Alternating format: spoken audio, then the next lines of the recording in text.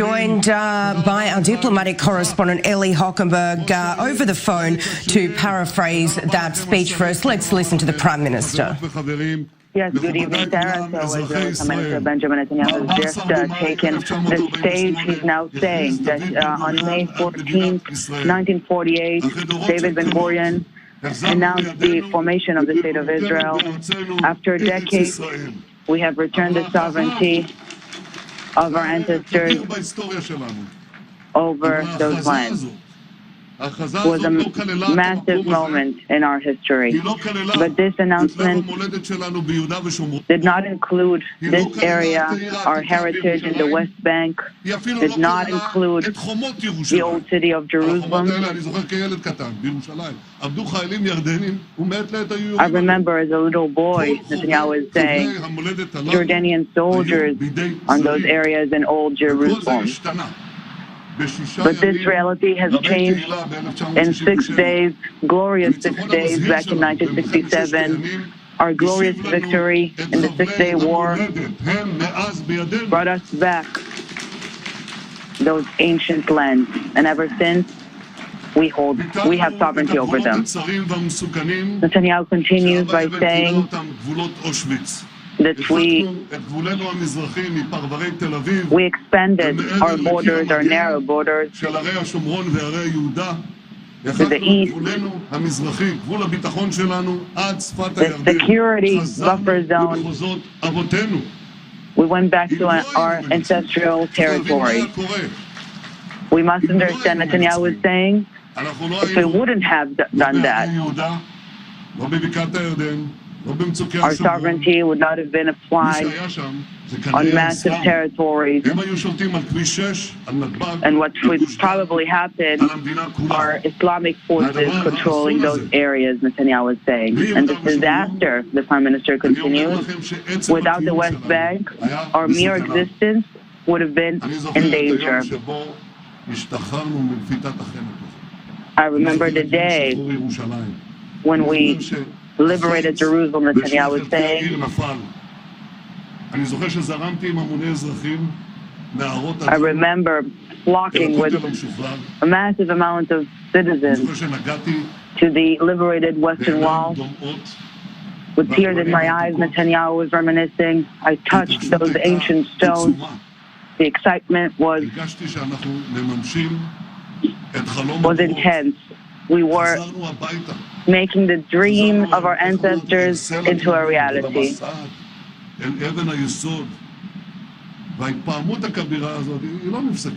This excitement did not stop after a few days, Netanyahu was saying. When I was a soldier later on, in the elite commander units of the IDF, this excitement was maintained. I used to tell myself as a soldier, I'm walking in those same lands where our ancestors used to walk.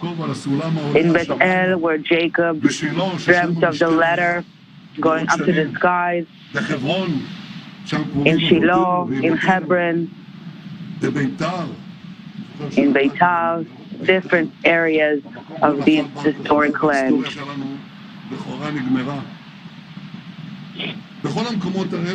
In all those places, Netanyahu keeps on going. What Simon said echoes in my brain. This is not a foreign land for us. This is our homeland. From here we came, and to here we returned. I want to tell you something Netanyahu was saying to the crowd in Ma'ale Adumim.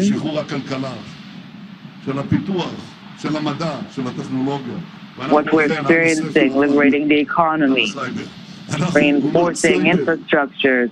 We're a cyber nation, we're an innovation nation, technology nation, but it all starts from the land, from the homeland. Without a homeland, we have no reason to exist. We don't have a past, we don't have a future without the homeland. This is our identity, Netanyahu is saying, our heritage, our legacy. and here is our future. And therefore, our enemies, Netanyahu is saying, are trying to take us out of here, to uproot the heart of us, including in the past days, including today. They will not succeed, Netanyahu is saying. We will forever stay here.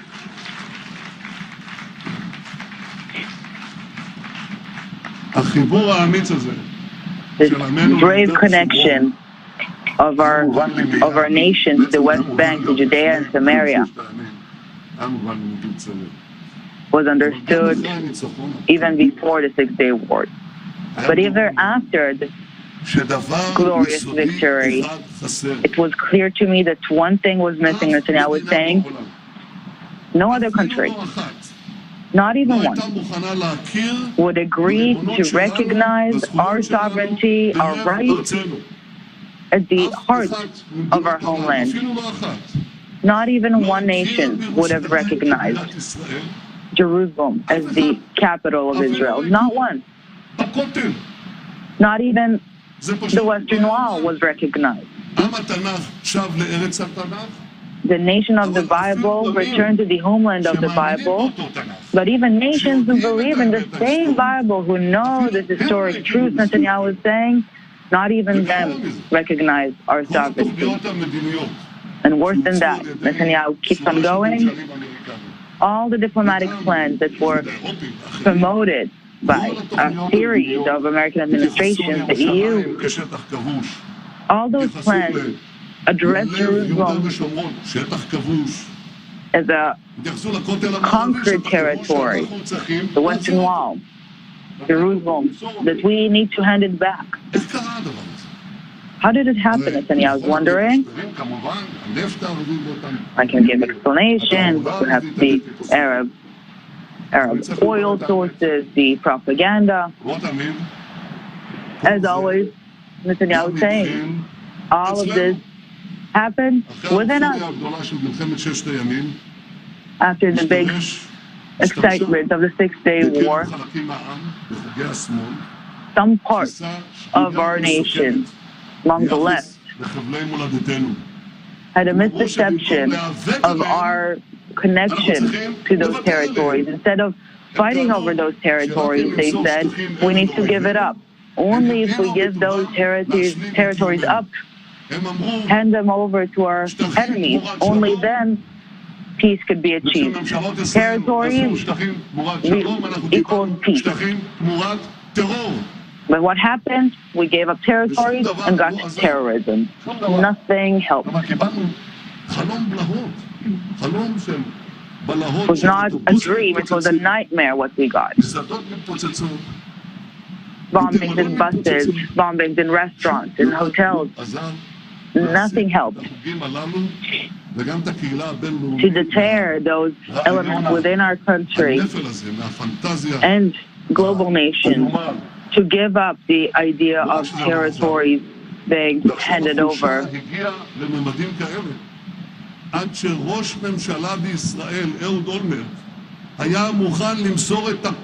The weakness was so profound up until the point that an Israeli Prime Minister, Olmert, was willing to give up the Western Wall. This is what Netanyahu was saying, the same Olmert. The close friend and advisor of Benny Gantz wanted to go during these days to work together with Mahmoud Abbas, Palestinian President Mahmoud Abbas, to work together against the Trump administration peace plan. לך על הפגישה של יועצך אולמרט עם אבו מאזן? הוא לא עובד אצלי, אני לא עובד אצלו, הוא לא יועצי, אנחנו מכבדים אחד את השני. יש לך עמדה? Now we're hearing a clip of Benny Gantz being asked about his relationship with Ehud Olmert. בעד שהוא יסכל לתוכנית המאה כפי שהוא מצהיר? Are you in favor that he will foil the deal of the century, the reporter is asking Gantz? He can do whatever he wants. He should do whatever he wants. And I was wondering, this is what he should be doing, Benny Gantz? Unbelievable. This is how a leader speaks. This is how a leader acts. I tell Benny Gantz a very simple thing. Disconnect yourself מה אתה מדבר כאן בשפה רפה? Wow, why are you not talking clear cut? Say loud and clear. אתם יודעים מי מדבר ככה? אמרתי, מנהיג לא מדבר You know who speaks that way? Not a leader. מי שלא יכול להרכיב ממשלה Whoever cannot form a government without Ahmed Tipi from the joint Arab list. Netanyahu suggesting that the only way for the one party to form a government is with the support of the joint Arab list. שקשור באבו מאזן. ואני רוצה להגיד לכם, אם במשך שנים I want to tell you, Netanyahu continues for years. ליהודים, This is what they've heard from the Jews themselves. הם אמרו ואומרים, What did they say? And they are saying, אותו הדבר בדיוק, לסגת, well, the same. לסגת, לתת לפלסטינים, Disengage, disengage. בין 95 ל-97%. Give them between, זה אומר, דרך אגב, give them around 25% to 27% of those territories to uproot Jews. 100,000 Jews to uproot them from those areas. Really? Ma'ale Adumim, where Netanyahu is speaking, these are one of the alleged disputed territories. The Palestinians will rule this territory. The control will go over to the Palestinian Authority. Those dear, dear lands to our heritage, we will give it up. And we'll hope for the best. No guarantee. And what we've seen in the past and suffered, it doesn't matter. Since my first day in the public life, Netanyahu is saying, I rejected this deception. I fought against it. All my might. I did it alongside many great friends, and some of them are here today with us again. Netanyahu is speaking in Ma'ale Adumim, one of those alleged disputed territories. We fought the first wave of the Oslo Accords, but the left is not deterred. After Oslo matured to be what it is. So the opinions among the left did not change. It reached the peak when I stood up against two American administrations. The pressure was immense. Constant pressure of the left in the media in Israel, demanding me to give up. At a meeting with the U.S. Secretary of State in a European capital, she asked me,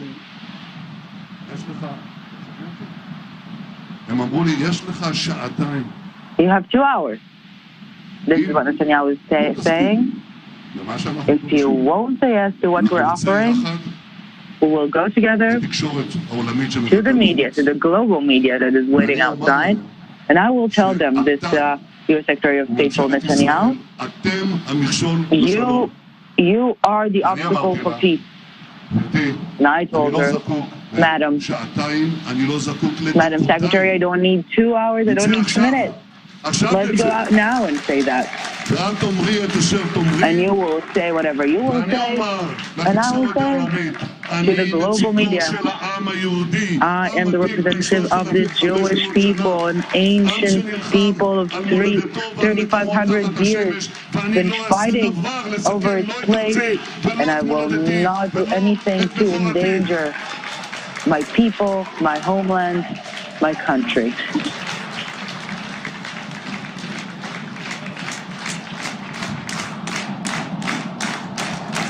Yeah, let me just remind our viewers that Netanyahu is speaking in one of those disputed territories in Ma'ale Adumim.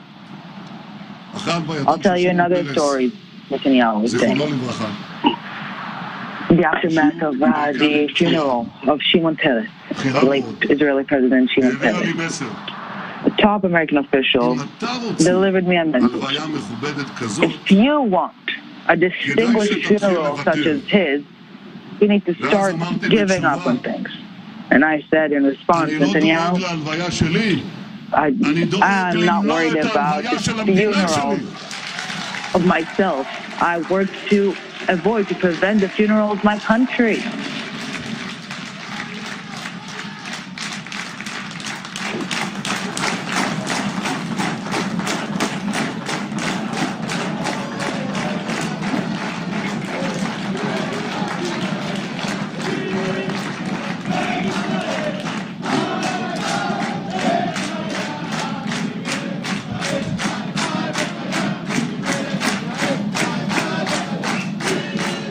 Netanyahu vowed to reveal a major development this evening in his speech. And here it comes. And this is the reason why I was ready to stand alone at the U.S. Congress against an American president, against the entire world, a dangerous nuclear deal with Iran. This, by the way, a nuclear deal that Benny Gantz supported. That's the reason why for 11 years I stood against a campaign of pressures to pursue uprooting this engagement throughout the country. But I want to tell you something about the U.S. Even in those situations, the U.S. is our greatest, most important ally.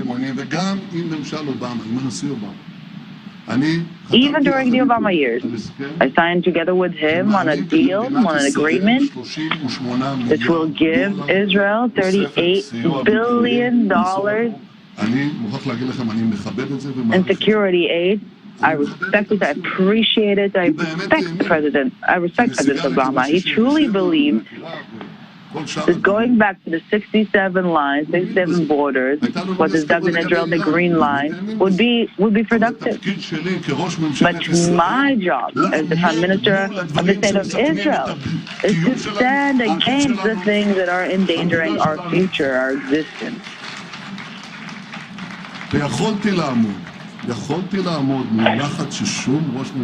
I was able to stand against those immense pressures that no other would have been able to. One day I'll tell all the stories. I was able to do it because I have one mission and one mission only.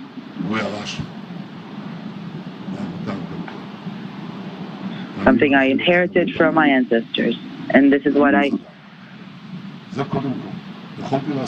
delivered to my children too. This sense of mission.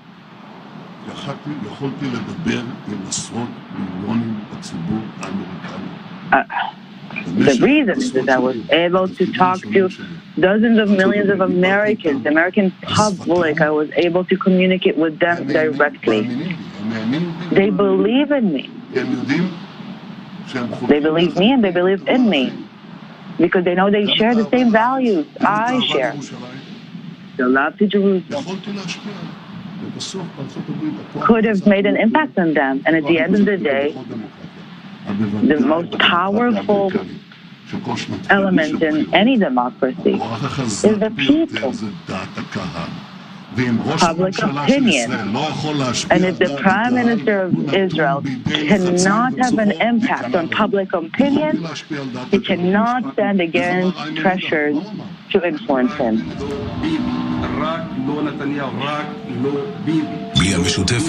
I'm an Uda, the leader of the Judea Arab List, just not Bibi. We will recommend Benny Gantz to get the chance to form a government. This is a clip from previous elections in the past year. Without the Judea Arab List, there's no government led by Benny Gantz. What is he saying, Netanyahu is asking? He's right. I,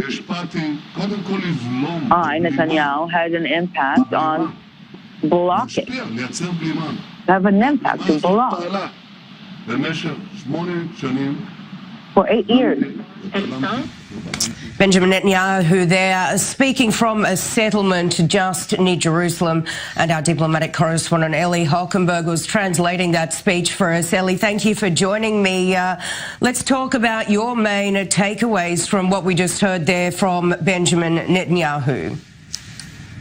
Still hear Netanyahu speaking, so I will try to keep it brief and still listen to what the Prime Minister is saying. Let me just remind you that earlier in the evening he promised to reveal something major that will have an impact on Israel's future, and we can assume very clearly from his speech and the location. He said the settlement of Ma'ale Adumim, that this historic progress has to do with the pending annexation of West Bank settlements, the northern part of the Dead Sea and the Jordan Valley. This is part of the Trump peace plan. In the aftermath of the great unveiling of the plan, there appeared to be some certain amount of miscommunication, perhaps, between the American administration and the Israeli side. The Israeli side thought that they could promote those annexation plans immediately. The Americans, in fact, differed. They wanted to do it all in one shot, not in different phases. And for Netanyahu tonight to clarify that the Trump peace plan indeed means a green light for annexation is crucial for his campaign. We are entering political campaigning money time, so if he will manage to shift public opinion here in Israel and underline the annexation aspect of the Trump peace plan, he might be able to rally up support to his Likud party. With that said, Sarah, the most recent I-24 News poll in conjunction with the Israeli daily Israel Hayom shows that there's far from consensus among Israelis when we're talking about annexation. Some believe this annexation should be done immediately. Some believe it should be made after the election. Some oppose the mere notion of annexation. So it's not really in the consensus. Netanyahu here is targeting very clearly his right-wing electoral base, Sarah. I'd like to now bring in our correspondent Yotam Confino, who joins me here in the studio. Yotam, we did hear a lot there about annexation, which was, of course, a real point in the Trump administration's peace plan, which is causing a lot of tension here in the region. I just need to report at this moment, the Israel Defense Forces is striking in Gaza in response to a missile which was fired from the Strip around an hour ago into Israeli territory, causing